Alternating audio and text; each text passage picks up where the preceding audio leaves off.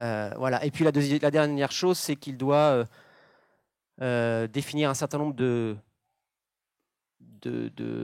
mandater un certain nombre d'entreprises derrière à l'issue des travaux pour permettre à ces réoccupants de réintégrer les locaux, c'est-à-dire ce qu'on appelle un examen visuel des surfaces et une mesure dite de seconde restitution. C'est mesurer l'air ambiant et vérifier dedans la présence ou non d'amiante. Pour l'entreprise, donc nous on est soumis au Code du travail selon ces articles-là.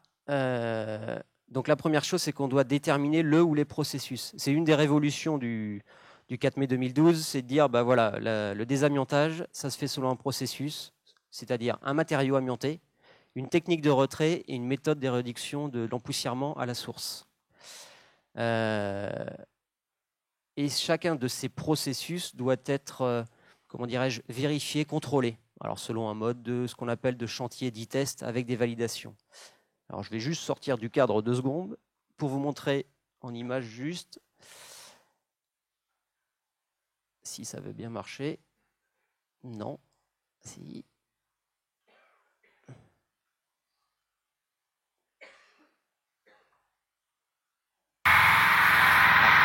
Je suis où?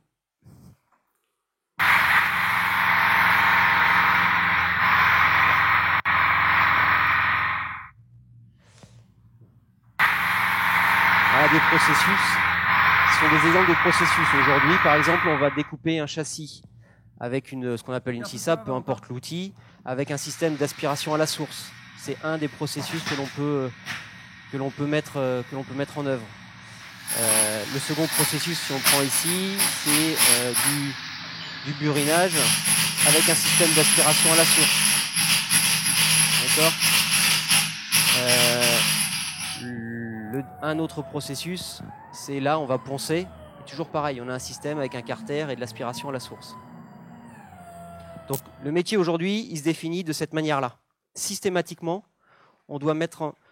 Oui. On doit mettre en œuvre le... Alors ça, c'en était un exemple aussi de retrait de bardage amiante-ciment fait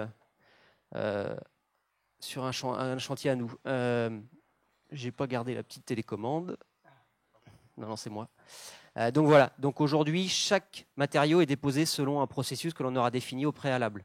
La réglementation nous impose de définir ces processus et la réglementation nous impose de vérifier ce qui se passe en faisant des chantiers tests et des chantiers de validation. Sans rentrer dans les détails, ça se fait par des prélèvements d'air. Je vous montrerai des exemples de prélèvements que l'on peut faire. Ça, c'est la première chose que l'on doit définir. Donc, on a un matériau qui a été diagnostiqué. Le donneur d'ordre, il dit, vous m'enlevez ce matériau-là. On définit, nous, le processus sous lequel on va le retirer. Une fois qu'on a fait ça, on va rédiger un document qui s'appelle le plan de retrait et d'encapsulage. Ça, c'est le cadre de la sous-section 3. Sinon, ça s'appelle un mode opératoire dans le cadre de la sous-section 4. Ce plan de retrait, un mois avant le démarrage des travaux, on doit l'envoyer aux organismes de prévention. Un des organismes de prévention fondamentaux, c'est l'inspection du travail, la directe, et le ministère du Travail. On doit l'envoyer avec le cachet de la poste faisant foi.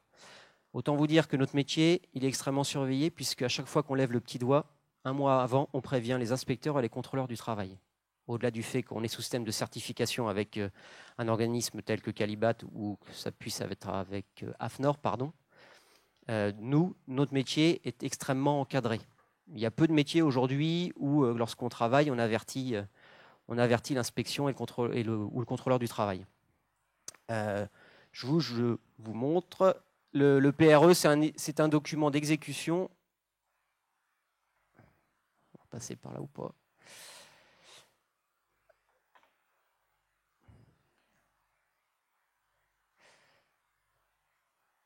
Bon, je m'excuse, je parle de derrière le décor, mais donc c'est un document d'exécution que l'on transmet donc avec un certain nombre d'informations.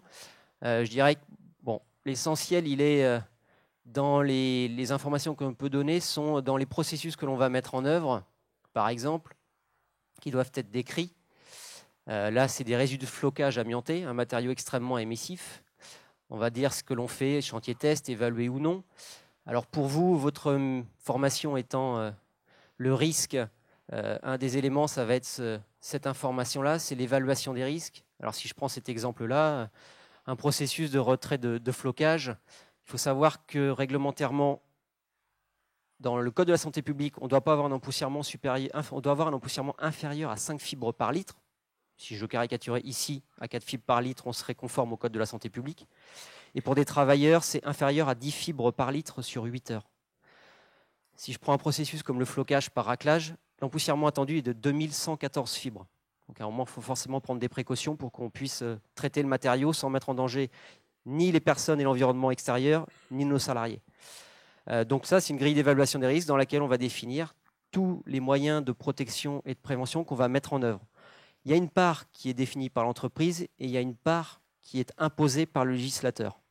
D'accord ? Après, l'intérêt, c'est aux entreprises, d'une part, pour, on va dire, mettre en œuvre des moyens moins conséquents, donc avec des coûts moindres. Ça va être l'objectif d'abaisser un maximum l'empoussièrement. C'est là-dessus aussi on va juger les compétences et les qualités de l'entreprise. Et puis après, il va y avoir forcément ce qui est imposé par le législateur et auquel on ne doit pas déroger. Donc ça, c'est une grille d'évaluation des risques qui se trouve dans le document. Et puis si je continue au-delà de ça, il y a des parties méthodologiques et puis on reviendra un petit peu dessus juste pour vous. Hop là. Juste pour vous présenter, il y a des plans d'installation qui vont définir exactement comment on va s'installer pour retirer l'amiante. Je dirais que retirer de l'amiante, une toiture amiante-ciment sur un hangar, on va grossièrement voir comment les choses sont faites, c'est-à-dire qu'on va s'enclore, les personnes qui vont travailler vont se protéger, et puis ça va s'arrêter là. Par contre, quand on commence à retirer soit des matériaux émissifs, soit des matériaux à l'intérieur des bâtiments, ça devient un peu plus complexe. C'est tout l'objet de la présentation. Donc voilà, ensuite on va établir une stratégie avec des laboratoires. Là, on parlait du COFRAC tout à l'heure, c'est avec des laboratoires COFRACés qu'on va définir avec eux en amont sur toute l'opération, sur tout le chantier, savoir quel type de prélèvement on va faire, combien on va en faire et à quel moment. Aujourd'hui, c'est une des révolutions de la réglementation, c'est qu'on n'est même plus, entre guillemets, maître de ce sujet-là, que l'on maîtrise heureusement assez largement. Mais depuis le décret du 4 mai 2012, le législateur a dit que ce sont les laboratoires, c'est-à-dire ceux qui posent les pompes, qui décident combien on en pose, à quel moment et dans quelles circonstances. Considérant qu'une sorte de garde-fou, c'est plus l'entreprise qui décide elle-même de tout cela. Et puis la dernière chose, c'est que l'on va demander aux installations de stockage, soit de déchets non dangereux, même si ça paraît un peu paradoxal, mais il y a des déchets amiantés qui vont dans les alvéoles de déchets non dangereux, soit de déchets dits dangereux. On va demander les certificats d'acceptation préalables. Si vous parlez d'environnement et de gestion de déchets, vous devez largement connaître le sujet. Et puis dans tout ce laps de temps, le donneur d'ordre va transmettre les ordres de service ou les commandes pour pouvoir démarrer les travaux.